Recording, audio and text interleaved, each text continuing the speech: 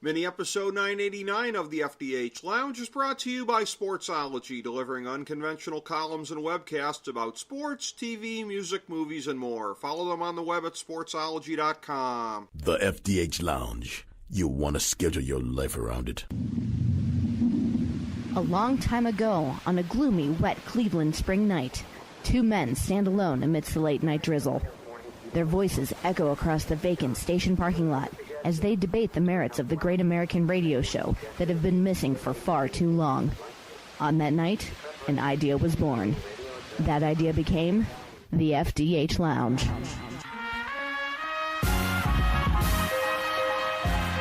Welcome to the FDH Lounge. Hello, everyone. Welcome to FDH Lounge mini episode number 989. This is FDH Managing Partner Rick Morris. We have, to say the least, a very outstanding conversation coming up today, one that I have greatly been looking forward to.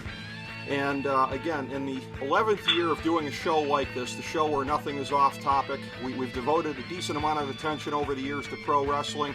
We've had a great number of guests from a lot of different walks of life, but this is a truly special conversation today. We've had on a number of this gentleman's contemporaries in the business, whether it be Bret Hart, Harley Race, J.J. Dillon, Jim Cornette, Blanchard, Luger, Koloff, Steele, Joe Laurinaitis, Buddy Landell, Jerry Lawler. We've had a lot of great guests from this industry, but for the butterflies to be churning as they are today, that tells you the guest that we have on and the magnitude of the story that this man has to tell. He's somebody who stands out, I think, very strongly in at least two areas in life. One, of course, would be the life story, and bookended really in a couple of different productions over the years, whether it be Beyond the Mat back in the late 90s to kind of show some of the challenges of the life story, and then the great, heartwarming The Resurrection of Jake the Snake from 2015, a nice bookend, everything that came after working with his good friend Diamond Dallas Page. So again, a great story as far as the life goes, an inspirational thing on the one hand, and on the other hand, this is a guy where when you hear interviews with wrestlers and there's talk about psychology, mind for the business, this is a name that just comes up repeatedly. This is you probably hear his name more than anybody else's whenever wrestlers are asked about who had a great mind for the business. And pro wrestling is the epitome of the saying that it's an art, not a science, because you have to have a feel for it and you have to be able to build on that and kind of hone those skills. And that's something that he was able to do en route to a great career. I could only be speaking, of course, of the legendary Jake the Snake Roberts. Jake, pleasure to have you on the show today. How are you, sir? Oh, awesome, man. After that lead-in there, I don't know if I can hold up, but I'll try. I'm sure you can. I have so many great memories from watching you over the years, and a point of personal privilege here to throw in one of my favorite wrestlers and mention it, as I did when we were talking to Tully Blanchard. He said he went through a lot of Ben Gay when he was wrestling this guy. One of my favorites, maybe my favorite from back in the day, Ronnie Garvin in Georgia, and I think 83 and 84. Oh, yeah. And watching you tussle with him, and I was a big Ronnie Garvin fan, and as a little kid, I was rooting for him to kill you. But, yeah, it was that was some great matches, and I guess you must have come out of those pretty sore, huh? Oh, yeah. Ronnie and I, we just go in there and throw it at each other, We never talked about it. We just went in there and did it. And it was very exciting for me because as a kid growing up, I'd watch Ronnie and scared to death of him, and rightfully so. But I'll tell you a funny one on Ronnie. I used to get him down, and I'd be wailing on him pretty good, and wearing his butt out. And I'd be waiting for him to get up and make his comeback. Well, it didn't take me long before I figured it out. There was something that would happen to him right before he's going to start his comeback. And what that something was his nipples would get hard. And once his nipples got hard, he fixed to get up and beat the living hell out of him. And so that's why that's the reason I stared at his breast. Yes. But that's the truth. And he'd stomp a mud hole in you in a hurry, man. Ronnie didn't play, man. He knocked the hell out of me, but he didn't mind getting his back, man. So I have no problem with that. I enjoyed every moment in there. And one of the greatest compliments I had was Ronnie speaking out about me and saying wrestling me was like driving a brand new Mercedes. And I thought, well, that's got to be good. So I'll go with that. I really enjoyed it, and I believed in him, and I started a book in Georgia Championship Wrestling at the time, and fired Buzz Sawyer and Brett Sawyer and Tommy Rich. Well, Tommy just quit. He just walked off. He didn't know what the hell he was doing at the time anyway, you know. But we took Georgia Championship Wrestling, and, you know, of course, we made the Legion of Doom. Right. And added a few more pieces here and there, and turned King Kong Bundy babyface. So there you go. We did some pretty crazy things, man, but they worked. You know, those are my earliest memories, Jake, of watching wrestling was when it was on the Superstation. And, of course, me being a kid in Cleveland, Ohio, that's when you guys were starting to make the northern expansion and coming up here and coming to Public Hall. I caught you guys a couple times in, I think, 83 and 84, and that was a wonderful time, Jake. Yeah, it was great times for me, you know. It was my first opportunity to have full control of a territory, and it was all my storylines and everything, and I really, really enjoyed it, and just an amazing time for me in my life. And then, of course, unfortunately, Vince McMahon bought it out and shut it down, so that was that. So, but for a period of time there, man, we were shaking things up, and we had the whole world looking, and that was good. It really was. And, of course, that whole thing with Black Saturday, once it got taken over by Vince, and it would end up for the better part of the year under his control, something I'd like to get your thoughts on, because you being really, really, really huge in Mid-South in the 80s, that the talk about if Bill Watts could have kept that contract in 85 if it hadn't gone to Crockett, because apparently it was nip and tuck there, and Crockett came in and got the deal at the last minute. Do you have a sense of how wrestling history might have been different if it was Bill Watts on the Superstation in the late 80s? It would have went down quicker. Okay. Because Bill was such a complete jerk that guys weren't going to put up with his stuff anymore, man. You know, and you know, Bill was very abusive. You know, verbally. You know, he wanted to rule with an iron thumb and all that stuff, and he liked to intimidate people. But guys weren't putting up with that anymore, man. And you know, he would have been told to take a hike real quick or somebody to knock him out. You know, and hopefully the second one. You know, but there you go. But no, he would have sunk it even quicker, man, because he was desperate. You know, and he was going to punish people. You know, I mean, he had an opportunity whenever I came to WCW, and had an opportunity to really do something with me there. And what did he do? He took the snake away from me. Yeah. Well, he just killed the gimmick. Why in the world are you doing that?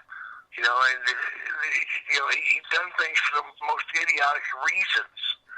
You know, we just want to show them that we're better than they are. Well, you know, this is so stupid, man. I can sit here and make you money, or you can beat me once around, and that's it. You know, and basically that's what happened. You know, he took the snake away, and I went to a rehab, and blah, blah, blah. The rest is history. Well, by all accounts, interestingly enough, including his own account, Bill Watts is a very difficult man to work for, and he seems to take a lot of pride in interviews in that status. But something I wanted to ask you about, once you moved on from his territory to the one where you had the greatest national acclaim in the WWF in the 80s, to me, when I was trying to think of examples of your psychology, one of the best things that came to my mind was everybody thinks about your feud with Savage in 91, 92. What I go to the match in late 86 on Saturday night's main event, because the way that everything was so spoon-fed back in the days, good guy in this corner, bad guy in this corner, they send you and Randy Savage out there. You guys both multi-talented as far as your psychology. I mean, Vince never trusted anybody to go out there and not be in a clear-cut, defined role, and they put you guys out there in a sort of experimental thing. That shows the trust in you right there, I think. Yeah, that, and, you know, it was a spot because Hogan wasn't on that show. Right. So it was the first time anybody went out there and was given as much time as we were given, too. Now, the bad thing is we got Dick Ebersol in the back, and he's telling me and Randy that if you guys don't hold the numbers after you come back from commercials, you'll be back in Poughkeepsie doing local television real quick. You know, and that was the worst thing in the world to tell Randy. Right. Because Randy, you know, like, oh my God, brother, we got to do something special. No, you don't. What you do is you do what got you there. You know, you don't change that. Randy wanted to change his whole gimmick around and do this other stuff. I'm like, Randy, what are you talking about? And basically, the first 5-7 minutes of that match, I just blocked him off, and that's all I did. Just blocked him, keep him off of him because he was wanting to eat me alive. And I wasn't going to let him do that, you know, because what are you going to do for the next 20 minutes? Right. You know. But we made it, man. I had some great times with Randy.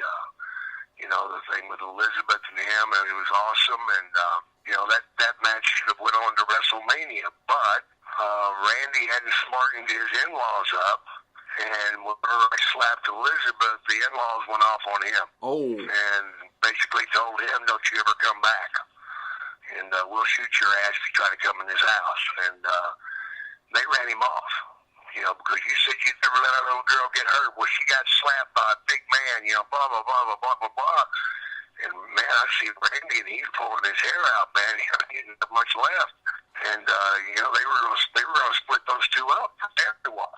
You know, no, she's not going back with you. You know, you're not getting another opportunity to hurt her, you know. And he goes, I got to do something right now. I got to beat you. I got to do this to you. I got to do that. I'm like, wait a minute. What the hell? You know? But that's the way it went, man. We had to get out of it in a hurry because, you know, her family were ready to shoot him. I thought it was pretty funny. But unfortunately, it was cut short, and it really was. That is fascinating. Obviously, I mean, I hadn't heard that before. You know, maybe 2 and 2 is adding up to be 4 here, because I'll tell you what, at another Saturday night's main event, it was the one on Fox, I think, it seemed to come out of the blue. The thing with you and the Undertaker becomes a good guy as he prevents you from hitting her with the chair. So was that basically an ad hoc reaction to what you were just describing there, and like, we got to go in another direction, we'll go this way? Yeah, absolutely. And then I came up with the idea of slamming his hand in the casket and me beating him half to death with that chair. And boy, I did. I wore his butt out, but he couldn't say anything because we filmed both of those things the same day. Me being behind the curtain, getting ready to hit Randy, and then Randy hits me with a chair. Well, you know Randy brings it.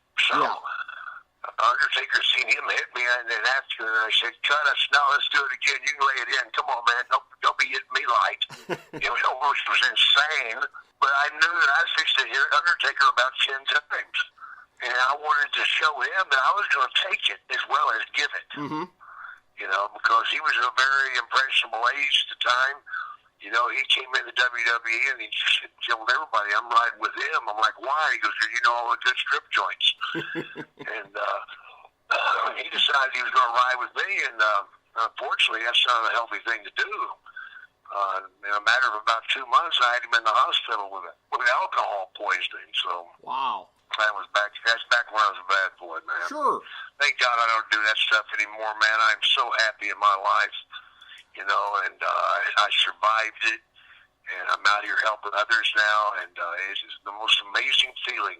I never thought I could come up with something that felt nearly as good as wrestling. Well, there is something, and that is when you reach out and you help somebody that is in dire need of help, struggling with addiction or alcoholism, and you help them and see them stand up, man, that is an incredible rush.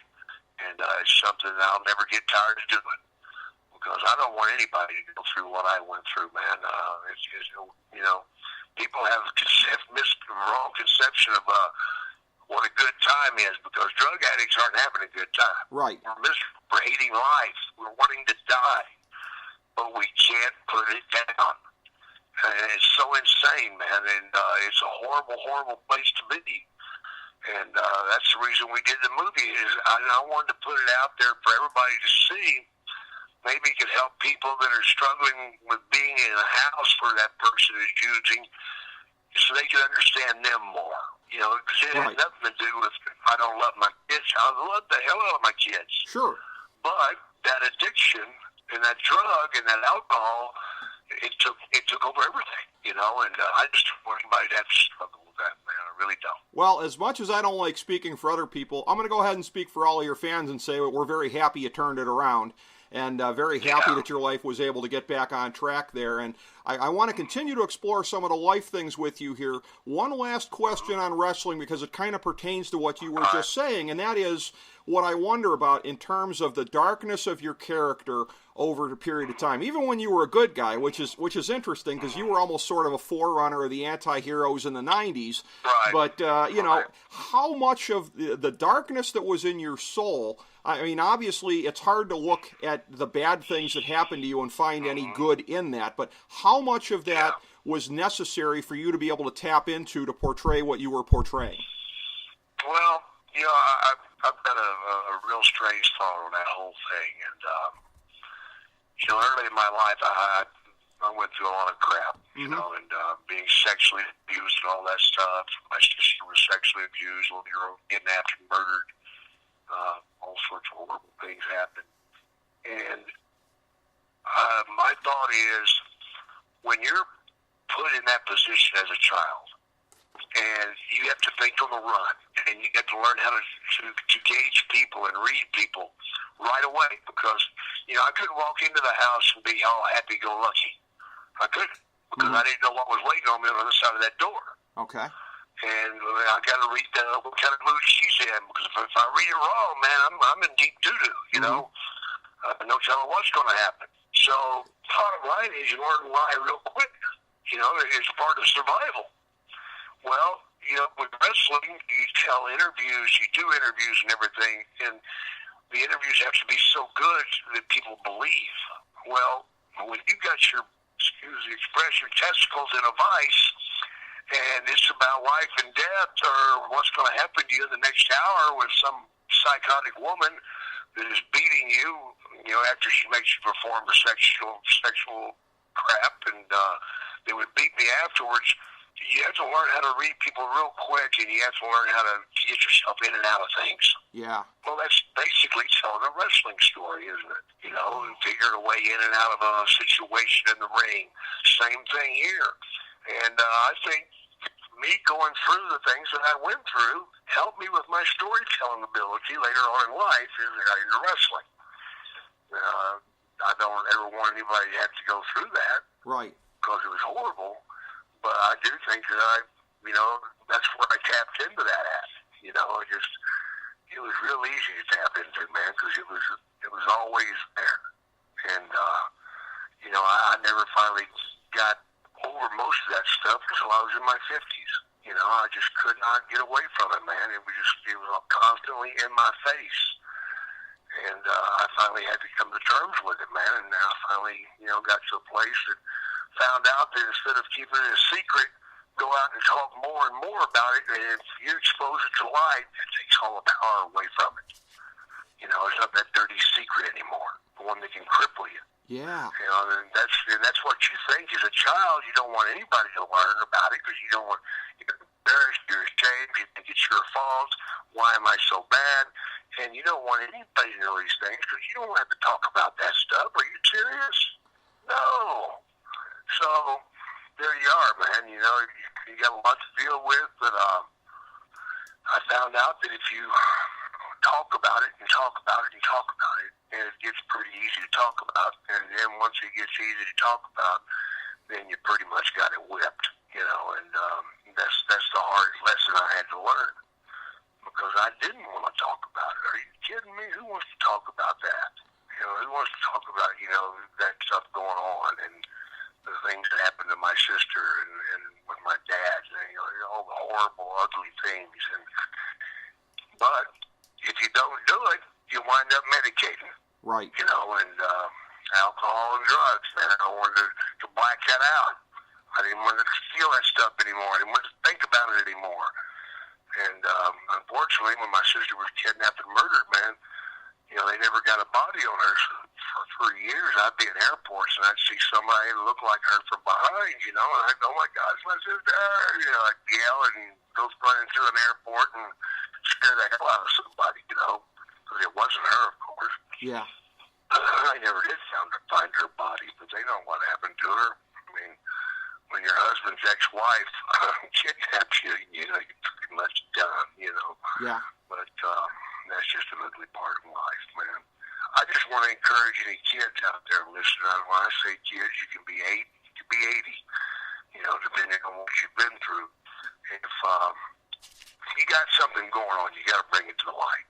And you got to reach out and grab as many people as you can and tell it to. You know, and you got to stop those things from happening. And the way you do that is by telling enough people that are in the right position, whether it be the police or a teacher at school or a pastor at church or whatever. But you got to stop it, because if you don't, you'll wind up going through hell. Right. And hell's not a good place to be. No, it is not. And you know, it's one of those things, though. You know, we throw it around a lot. It gets to be a cliche to where it loses meaning. But I have to say, I mean, truly, you are doing the Lord's work here and getting it out to people. You are doing so much good, letting people know about this and educating them and helping them to work through it. I know at JakeTheSnakeRoberts.com, that's a good hub right there for people to see what you got going on. I know you're getting out and about. You're doing things like I did see the Nerdin' Out Convention, Rochester, Minnesota, September 8th through 9th. But you're getting out there. You're doing some things. What are some of the things that you were doing where you're getting out there and interacting with the people? Well, I'm doing a thing now with the vets. They're coming back, man, and those guys are going through hell, man. And that PTSD is an evil, evil animal, man. Everybody should read about that and see what these guys are going through. I mean, it's horrible what their minds are doing to them, man. And one of my daughters is dating one of the guys, and he's been doing these walks to raise awareness for PTSD. And he walked from Savannah, Georgia to Augusta, Maine. Wow. Yeah, 4.5 months. Well, he was getting ready to go from Mexico to Canada. He'll walk that in 5 months. But he was messing around here at the house, and he decided to jump our brick wall fence. And when he came down, he shattered his heel. So he's got to get over that before he goes back out. But you know, Camp Hope is a place in Houston that he went to, and those guys need help, man. And you know, whatever you can put out there is great. Check out Jordan.camp.hope@gmail.com and check out Jordan, man, and see some wonderful photographs that he's taken on the trails. But and find out a little bit about Camp Hope and what they're trying to do for the veterans, man. Because you know, these guys, they put their life on the line and going over to a foreign country and putting their life on the line, and then they get back here and we tap them on the butt and say, "Thanks a lot, see you later." Well, excuse me. Yeah. I've got some issues, man. I need some help here, you know. And this is the kind of help that we've got to do it, man, because these guys, man, if they don't, they're going to die. Simple. They're going to die, man. You know, they'll get shot by a policeman because they're going to go off. But, you know, you got to understand what they're going through to understand why they do those things. So we just need to get involved, you know. And I found out something, man, that, you know, you look at what's going on around us, man, and, you know, whether it be the war or the thing with Muslims, some of the Muslims, the terrorists, and then you look at what's happening in our schools, kids being shot. We've got to do something. We've got to stand up together, you know, and you can't beat it into people, but you can love it into people. Right. You know, that's all I'm saying. Let's quit trying to force somebody to do something, and let's talk through it, and let's work this thing out as a family should, you know, and it's just time, man. It's past time, you know. I don't think disarming the public is the way to go, because if you take the guns away from good people, only the bad people are going to have them. That's not right. going to work, folks. Sure. You know, I don't want to be like that, but you know, there's time to get some things done, man. And I think if we as a people will just start banding together and holding hands and walking down the street together, man, white, black, orange, brown, whatever color you are, it doesn't matter, man. It doesn't really matter. come on, let's think about the real things in life, man. Right. The real things in life is family and loving that family and building with that family and, you know, and then every now and then throw in a good wrestling match. There you go. That's all I got to say about that. Well, Jake, I All think right, next question. there's a real connective thread in what you were saying there towards the end, as far as, again, it is a badly divided society, and it's very, very depressing in those ways. But going back to what the point you'd made before that, as far as whether it be doing stuff for vets with PTSD, which is one of the worthiest causes that there could ever be, that how much better people would feel if they could take the divisive energies and put them into positive ways. I mean, it would solve a lot of problems. Exactly. You know, I was telling you earlier about what makes me feel good now, and that's when I help somebody. You know, I'm telling you, it's the most incredible feeling in the world, man, to reach out and help someone that is in dire need, struggling. They might be on their last leg, or maybe they're not. You don't know. But reach out and help somebody, man, with no reward expected. You know, don't help somebody because you think you're going to get laid later. No, don't do that. But if it works for you, go ahead and bring me some too. Sure. But, you know, just do it because you love people, man. And, you know, if we just start loving each other back, I think we're all going to be better off. Exactly. And I have to tell you that just following the story more or less like on a human level, where the last couple of years where I have really felt so good for Diamond Dallas Page was with you being his mentor and him sitting under your learning tree. Yeah. And I can only imagine what that must have meant to him to be able to reach out and make some kind of an impact. He must have felt like $1 million once things really turned around for you, and he must have gotten that same sense of satisfaction and joy that you're talking about here. So it's a wonderful, positive, tangible example, the kind of thing you're talking about. Well, you know, he's helping so many people, man. You know, with this DDP yoga, man. That stuff is so good. Mm-hmm. And I hate to admit it, but it is so very good. You know, it kind of pisses me off because I wish the hell I'd known about it sooner. Sure. You know, but I didn't. And I probably wouldn't have done it anyway because, come on, that's yoga, man. That's just, you know. Right. Well, if you try it, it will kick your butt. Sure. And but he's helping a lot of people with that, and I'm so proud of him and so happy for him, man. He deserves a lot for doing what he's done, and you know, he don't play when it comes to doing the DDP yoga, man. He gets people in there and he works them and he makes them, you know, toe the line and do it right. But he's got a lot of good stuff, man, that he's talking about, you know, whether it be eating real food, which I get that, man. Gluten is a poison. It's just getting to all of us, you know. You know, the government and everything with genetically modified food. Come on, man. What the hell? Just give me some cornbread and some beans, man. I'll be all right, you know. Right. But we can't get cornbread and beans anymore because it's not real. Right.